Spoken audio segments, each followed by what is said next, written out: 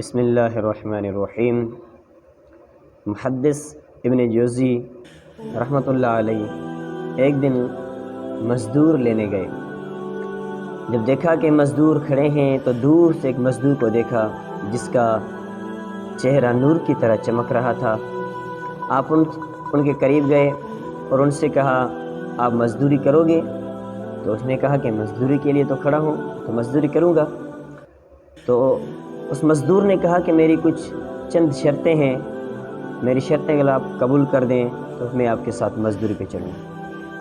تو اس مالک نے کہا کہ شرطیں تو مالک کی ہوتی ہیں، مزدور کی کون سی شرطیں؟ تو اس مزدور نے کہا کہ میں ایک انوکھا مزدور ہوں، میری شرطیں اگر آپ قبول کر لیں تو میں آپ کے ساتھ چلوں گا۔ اس نے کہا چلو جی سنائیں۔ اس نے مزدور نے کہا کہ میری پہلی شرط یہ ہے، دوسرے مزدور 4 دینار لیتے ہیں، میں 3 دینار لوں گا۔ اس نے کہا، مالک نے کہا تو یہ تو بہت اچھی بات ہے، شاید دوسری بھی ایسی شرطیں ہوں تو قبول کر لوں گا۔ تو اس نے کہا پہلی میری شرط یہ کہ دوسرے مزدور 4 دینار لیتے ہیں، میں 3 دینار لوں گا۔ دوسری شرط یہ ہے کہ جب بھی اذان آئے گی میں نماز کے لیے فوراً چلا جاؤں گا، جہاں پہ کام ہوگا وہیں پہ چھوڑ دوں گا۔ تیسری میری شرط یہ ہے کہ آپ مجھ سے کوئی بھی سوال نہ کریں گے۔ اس نے کہا چلو خیر، آپ چلیے۔ وہ اس مزدور کو اپنے ساتھ لے گئے، وہاں پہ پہنچے جب مکان پر تو مزدور کو کام بتایا گیا، مزدور نے اپنا کام شروع کیا۔ اس نے اپنے پورے دن کا کام 2 گھنٹوں کے اندر مکمل کر دیا۔ دوسرے مزدور پورے دن کا کام دن میں کرتے ہیں، اس مزدور نے پورے دن کا کام 2 گھنٹوں میں کر دیا۔ اس کے باوجود، کام کرنے کے باوجود ابھی دوپہر ہو چکی تھی، تو دوپہر میں نماز ظہر کی اذان آ گئی۔ نماز ظہر کی جیسے اذان آئی تو نماز پہ جا رہے تھے کہ حضرت محدث ابن جوزی رحمۃ اللہ علیہ کے بیٹے آئے اور انہوں نے مزدور سے کہا کہ اگر آپ یہ تھوڑی سی مٹی ہٹا کے بعد میں کام پہ جائیں، رستہ بھی صاف ہو جائے گا، جائیں تو آپ کی مہربانی ہو جائے گی۔ اس نے کہا نہیں، میری آپ کے ابو سے بات ہو چکی ہے، آپ کے والد سے میری بات ہو گئی، جب اذان آئے گی اس وقت میں کسی کی بھی نہیں سنوں گا، فقط اپنے رب العالمین کی سنوں گا۔ تو نماز پہ گئے، نماز سے جیسے لوٹ کے آئے تو محدث ابن جوزی سے فرمایا اگر کوئی اور کام ہو تو بتا دو، میں وہ بھی کر دوں گا۔ انہوں نے کہا نہیں، آپ یہ کھانا تناول فرمائے۔ بولا میں کھانا نہیں کھاؤں گا، میرا آج روزہ ہے، روزہ بھی نفلی روزہ، رمضان بھی نہیں تھا، عام مہینے تھے۔ فرمایا کہ مجھے نفلی روزہ ہے۔ آپ نے وہ ان سے کھانا دور کر دیا اور آپ چلنے کو لگے تو انہوں نے کہا کہ آپ اپنا نام تو بتا دیں۔ اس مزدور نے کہا میں نے آپ کو کہا تھا کہ میں اپنا نام نہیں بتاؤں گا، آپ مجھ سے کوئی بھی سوال نہ کریں گے۔ انہوں نے اپنی مزدوری لی 3 درہم اور واپس چل دیے۔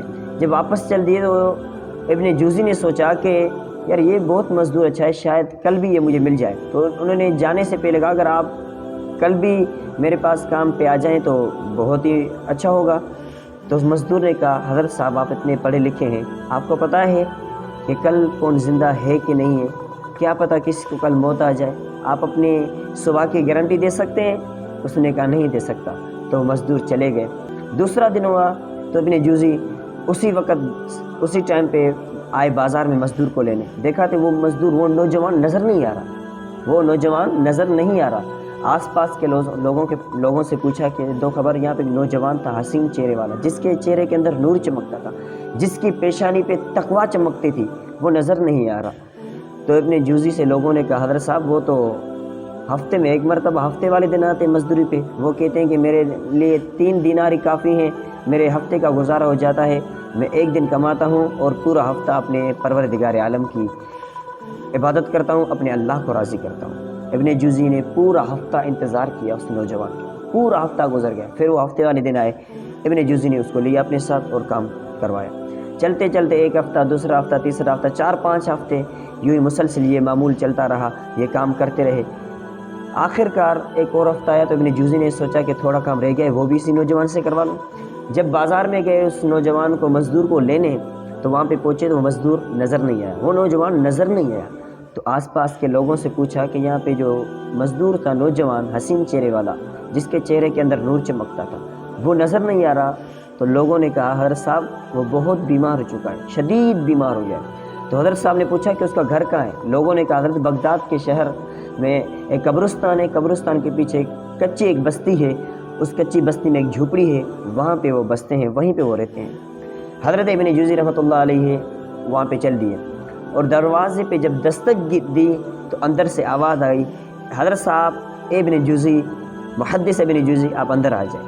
محدث ابن جوزی جب اندر گئے تو نوجوان سے کہنے لگے، آپ نے مجھے پہچان کیسے لیا؟ تو اس مزدور نے، وہ نوجوان کہنے لگا، حضرت صاحب غریبوں کی غریب ہی عیادت کرتے ہیں، غریبوں سے غریب ہی احوال ہی لیتے ہیں، ہٹے کٹے لوگ تھوڑی نہ آتے ہیں، امیر لوگ تھوڑی نہ غریبوں سے احوال کرتے ہیں، عیادت کرتے ہیں۔ تو دیکھا کہ وہ شدید بیمار تھا نوجوان سے حال دریافت کیا اور نوجوان نے اپنی جیب میں ہاتھ ڈالا اور 3 درہم نکالے، 3 اشرفیاں نکالی، اس کے بزرگ کے ہاتھ میں رکھے اور کہا، حضرت صاحب کیا پتہ رات کو میرا انتقال ہو جائے، موت میرے سامنے آ کے کھڑی ہے، میری 1-2 چند وصیتیں ہیں، اب یہ 3 درہم رکھیں، اگر میرا انتقال ہو جائے تو میرے کفن دفن کا انتظام کر دیے گا۔ اور دوسری جیب میں ہاتھ ڈالا اور ایک انگوٹھی نکالی، وہ حضرت صاحب کو دی کہ حضرت صاحب یہ انگوٹھی ہے، بادشاہ ہارون رشید عصر کے ٹائم اپنی محلات سے باہر نکلتا ہے اور اس بازار سے جاتا ہے، آپ اس کو آواز لگائیں گے، وہ آپ کی آواز سنے گا نہیں، آپ کو جواب نہیں دے گا، آپ اس کے کہیں کہ بادشاہ سلامت آپ کی امانت ملی ہے، وہ آپ کو لازماً جواب دے گا، آپ سے ملاقات کرے گا۔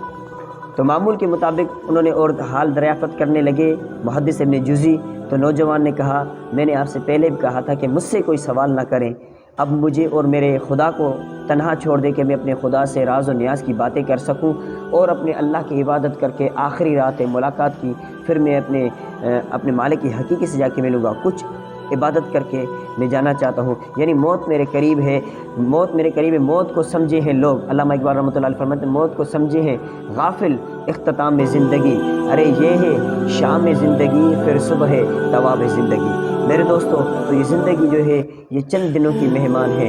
تو ابن جوزی چلے گئے واپسی، رات کو سوئے تو ابن جوزی کو نیند نہیں آ رہی تھی، وہ سکون نہیں آ رہا تھا کہ اس صبح کو جاؤں، اس نوجوان سے ملاقات کروں، اس سے ملوں، اس نوجوان سے ملاقات کروں۔ جب ابن جوزی صبح ہوئی تو جب 2-3 بندے اپنے ساتھ لیے اور روانہ ہو گئے اس نوجوان کی طرف، 2-3 بندے لیے کہ اس کے غسل کا اور جنازے کا اہتمام کر لیں۔ وہ جب پہنچے تو اس نوجوان کا روح قبض ہو چکا تھا، اس کی موت واقع ہو چکی تھی، وہ انتقال کر چکے تھے۔ تو آپ نے جب ان کے گھر پہ پہنچے تو بتاتے ہیں کہ اتنی تو خوشبو تھی، کیا بتاؤں، اس کا پورا گھر، اس کا پورا ماحول جو تھا خوشبو سے چمک اٹھا تھا۔ جب میں اندر گیا، غسل دلائے، جنازے کا اختتام میں باہر نکلے تو لوگ اتنے آگے، کہاں سے لوگ آ رہے ہیں، کون ان کو بھیج رہا ہے، کچھ پتہ نہیں چل رہی، کچھ پتہ ہی نہیں چل رہا کہ لوگ کہاں سے آ رہے ہیں، کیونکہ یہ جنازہ تو عاشق کا جنازہ تھا نا، یہ کسی محب کا جنازہ تھا نا، جس کے لیے لوگ اکٹھے ہو رہے تھے۔ ابن جوزی نے کیا کہا، جنازہ پڑھا کے اس کو دفن کرنے کے بعد عصر کا ٹائم ہوا تو چلے گئے بازار میں، دیکھا تو بادشاہ ہارون رشید آ رہے ہیں۔ ہارون رشید کو جب ایک آواز دی تو اس نے جواب نہیں دی، پھر کہا کہ اے بادشاہ سلامت، آپ کی امانت میرے پاس ہے۔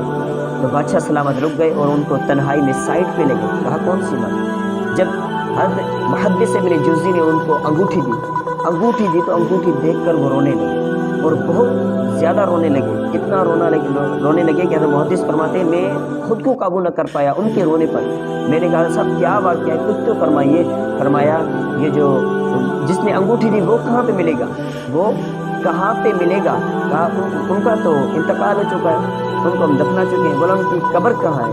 جب ان کی قبر کے پاس ان کو لے گئے، جب بادشاہ ہارون رشید ان کی قبر پہ پہنچا تو ان کی اس قبر کے اوپر لیٹ گیا اور بہت زیادہ رونے لگا، انتہا سے زیادہ رونے لگا اور اب مٹی اٹھا کے، خاک اٹھا کے اپنے سر میں ڈالنے لگا، رونے لگا۔ وہ جو محدث ابن جوزی تھے کہنے لگے نہ تو اس نوجوان نے کچھ سنایا، نہ تو بادشاہ سلامت آپ کچھ سنا رہے ہیں، میرا کلیجہ پھٹا جا رہا ہے، میرا کلیجہ باہر آ رہا ہے، کچھ تو بتائے وہ کون تھا، کیا ماجرا ہے؟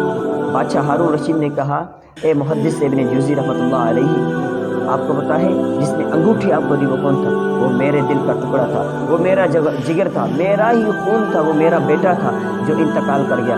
جو آپ کو یہ انگوٹھی دے کے گیا ہے مجھے نصیحت کر کے گیا تھا، وہ بزرگوں کے ساتھ بیٹھا تھا، وہ بیٹھتا تھا، دانا لوگوں کے ساتھ بیٹھتا تھا، بہلول دانا کے ساتھ بیٹھتا تھا، ان کی صحبت اختیار کرتا تھا، تو میرے پاس آتا اور کہتا کہ والد گرامی، اے بادشاہ سلامت، یہ تو حکومت یہیں پہ رہ جائے گی، یہ آپ کی جتنی بھی آپ کی سلطنت ہے، جتنے ابھی آپ نے کمایا اس سے زیادہ ہے، آپ نے اتنا سامان کٹھا کر دیا ہے، خدا کو کیا جواب دو گے؟ اتنا کٹھا کرو جتنا خدا کو جواب دے سکو۔ بس یہی کہنا تھا، میرے محلات سے نکل گیا، وہاں سے روانہ ہو گیا۔ ایک ہی میری انگوٹھی اس کے پاس رہ گئی تھی جو اس نے کل آپ کے ہاتھ میں تھمائی اور آپ نے مجھے تھما دی، یہی ایک ہی انگوٹھی رہ گئی تھی۔ میرے پیارے دوستو، دیکھو یہ اللہ والے ہوتے ہیں، یہ ان کی زندگی ہوتی ہے۔ یعنی وہ نوجوان بادشاہ کا بیٹا تھا، ہارون رشید کا بیٹا ہو کر مزدوری کرنے گیا، فقط اپنے خدا کو راضی کرنے، یکتا رب کو راضی کرنے کے لیے مزدوری کرنے آ گیا اور اپنی محلات، سلطنت، بادشاہیت کو چھوڑ کے چلا آیا۔